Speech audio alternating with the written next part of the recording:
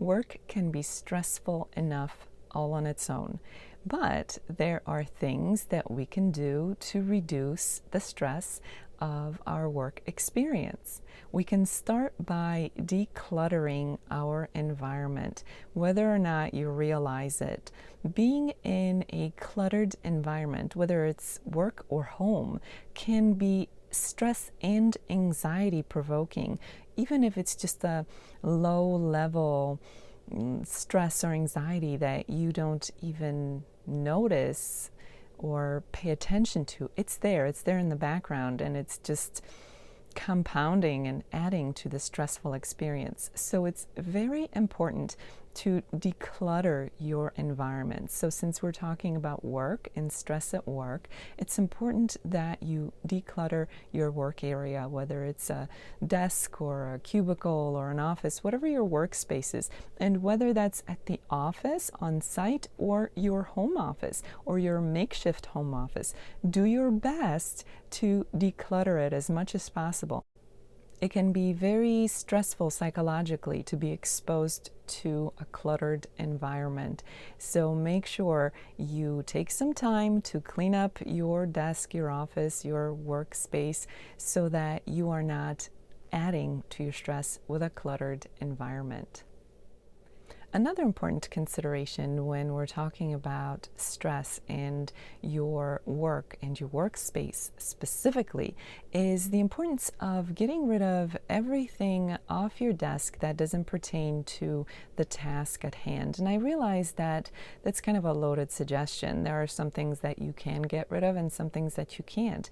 But if you have too much stuff on your desk and most of it, or a lot of it, doesn't have anything to do with what you're working on right now, it can create that sense of clutter that I just talked about. So it's best to get rid of everything that doesn't pertain to what you're working on.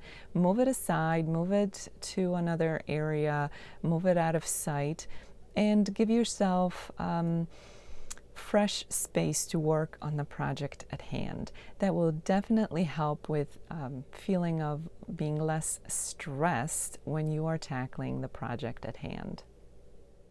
Another good habit to consider when we're looking at stress and our work is tackling things in a certain order.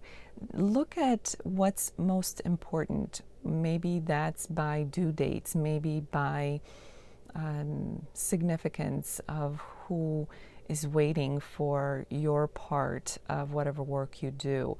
Consider the importance of your list of tasks and tackle those things that are most important, most urgent first.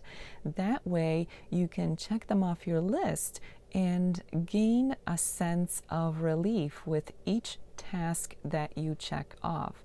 And if you take care of the most urgent and most important tasks first, you get to enjoy a greater sense of relief as you're checking those tasks of your list. Another thing to consider is avoiding procrastination. For example, if you have a project due or you have a decision to make, try to tackle it right there and then so that it's not weighing on you in the back of your head, gnawing at you. You know that you have to get to it, but you haven't gotten to it. So a good practice when it comes to trying to avoid or minimize stress at work is to tackle those things that need to be tackled, problems that need to be addressed, so that they don't weigh on you. So procrastination is not your friend when it comes to stress. Putting things off, facing problems just because they're uncomfortable or difficult, or putting off projects because they're hard is not helping anybody's situation. So it's in your best interest to tackle the problems as soon as they come up, to avoid procrastination, get things done so that they're off your chest, they're not weighing on your mind, creating more stress. As you consider stress at work, you need to be able to not only organize and prioritize, but also delegate. There are things for most of us, if not all of us, that can be delegated, that can be passed on to someone else to complete. We don't have to do everything ourselves. Whether or not you think so, it's not true. You don't have to do everything by yourself. There are things that can be delegated to other people. So it's very important that we identify the things that can be delegated to other people and then actually release them, release our control or our attempt of control, and let go of those things. Let other people complete those tasks for us. That allows you to clean up your to-do list, to regain some of your time, better manage your time, and therefore more effectively control or more effectively manage the stress in your day.